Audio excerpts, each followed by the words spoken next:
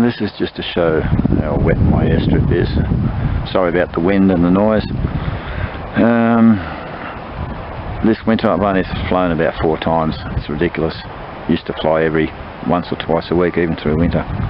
It's been the wettest winter on record. Just want to show you why I have not been flying.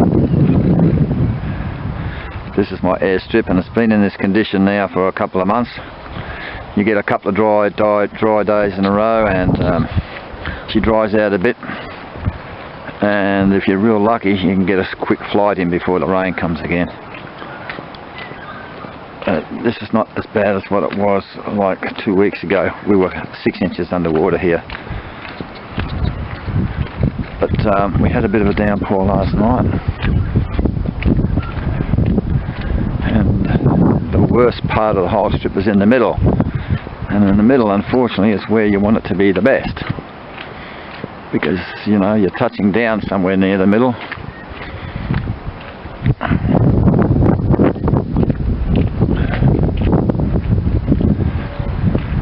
Try to get it to drain off downhill, but the land is just too flat. It's hard to, you need a surveyor to work out the levels of the strip, so I can probably put a better drain in.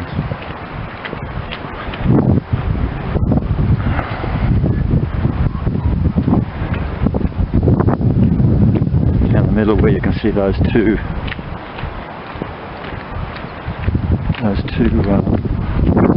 white drums. It's the worst part. See through there.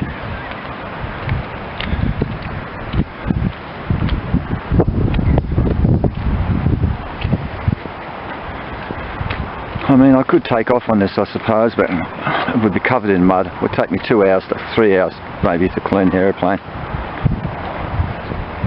It's just not worth it.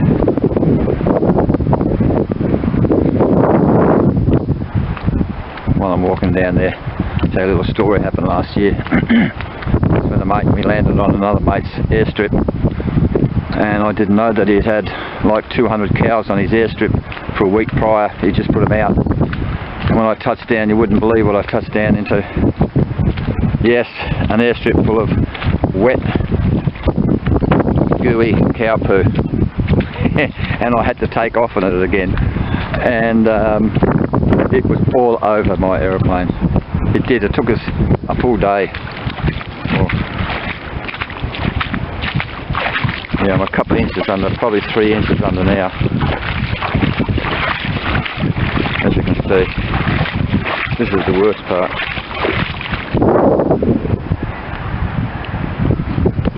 And you'll see why in a moment. There's the drain that comes down from the railway line up there. Most of it goes down there, but bits and pieces come out here as well. This is the other day when we had a lot more rain than this. Those 2 buckets, I'm telling you the truth, they were full of water. I put those buckets full of water so they wouldn't move, but I still found those 2 buckets. It was like a foot underwater. Now it's only probably, I don't know, probably, look, it's not even over my boot, so it's only 2 inches. But this was up to my knees here the other day. It was really heavy. So you can see the water coming down. It's draining from the paddock into there and from the paddock into there.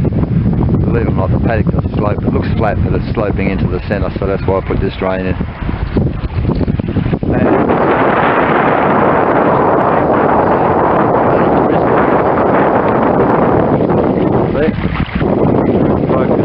Washed all that away. I put it back in place. I put it back in place. You can see it's washed. These pipes were underground. Now they're above ground. So that's the story of my airstrip.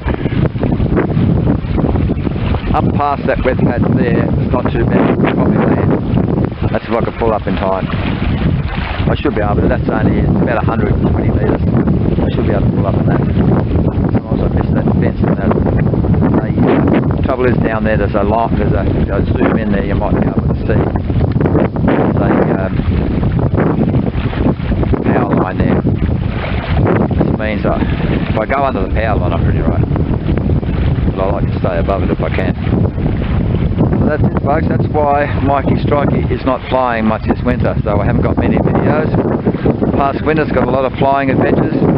I haven't had one this year. I've only had the time to do the odd circle too. Haven't been able to go away at all. Very disappointing. Okay, over and out.